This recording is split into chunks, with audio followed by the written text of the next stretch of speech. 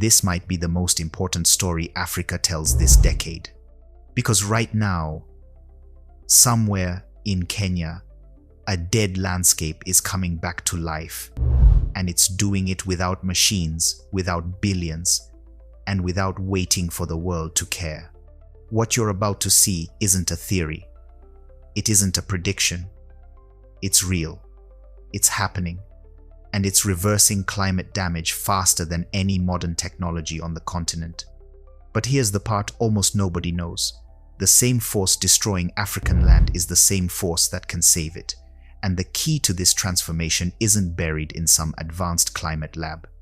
It's carved directly into the soil, by hand. If you watch until the end, you'll see satellite proof, community impact, and one of the most shocking before and after transformations in Kenya's recent history.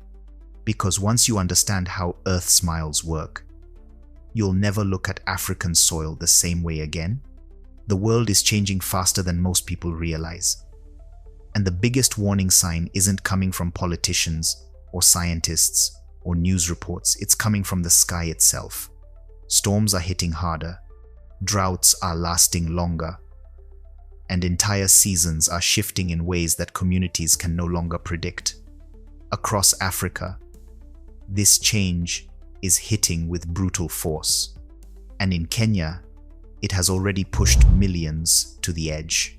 By 2021, the dry seasons had become so severe that the president declared a national disaster, a moment that revealed just how fragile the environment had become. But here's the twist. The story you're about to hear isn't just about crisis. It's about an unexpected solution rising from the ground. A solution so simple, so elegant, and so rooted in African wisdom that it is now restoring life where machines and money failed.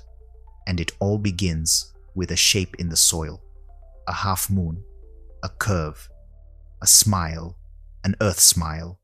While the world looked at climate change as a battle of technology, the Maasai quietly turned to the one thing they trusted most: the land. With nothing but hand tools, instinct, and centuries of indigenous knowledge, they began carving semicircles into the earth. No tractors, no machines, no billion-dollar projects. Just people, working together. And what happened next would shock the world. To understand why these earth smiles work so well, you first have to understand the hidden power beneath our feet: soil. The thing most people step on without a second thought is actually the most alive part of the planet. A single handful of soil contains more than 10 billion microorganisms. Tiny workers that recycle nutrients, break down organic matter, and fuel the entire food chain. Soil isn't dirt, it's a living ecosystem. It breathes, it grows, it stores life. But here's the part most people never knew. The top meter of soil on Earth holds 3 times more carbon than the entire atmosphere. That means soil is our planet's biggest climate defender, and we rarely talk about it. When plants grow, they grab carbon dioxide from the air. Their roots, leaves, and organic remains are eaten by microbes, transformed into carbon-rich compounds, and locked beneath the surface, sometimes for centuries. So every time soil dies, climate change accelerates, and every time soil is restored, the planet heals. Nowhere makes this clearer than the land beneath Mount Kilimanjaro. The Maasai call it the land of giants, where elephants once roamed freely, lions ruled the savannah, and life moved in balance. But then came unreliable rains, simmering heat, and seasons that refused to behave. The fertile soil hardened and cracked, forming a layer so tough that water couldn't sink in. Microbes died, seeds became dormant, and underground, a waxy layer formed that pushed water away instead of absorbing it. When rain finally did fall, it slid across the surface, ripping the land open, carrying away the remaining topsoil and leaving behind nothing but dust. Windstorms carved through villages like blades. Roots lost their grip. Vegetation vanished. And the same land that fed the Maasai for generations, became a skeleton. Their cattle herds shrank. Their crops failed. Cultural traditions tied to grazing, migration, and seasons began to crumble. When soil collapses, everything collapses with it. But the Maasai did not wait for rescue.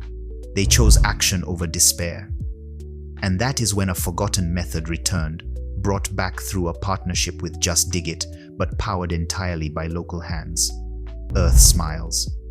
5-meter semicircles dug carefully into the ground, each one curved upslope to catch the smallest drop of rain.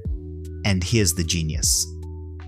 These curves create hydrological corridors, natural pathways that reconnect water, soil, and plants.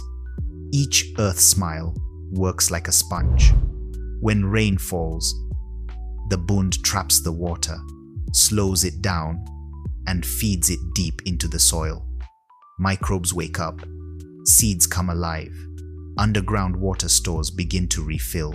Within weeks, yes, weeks, green shoots start piercing through earth that everyone had written off as dead. The placement of each bund isn't random. It's an art.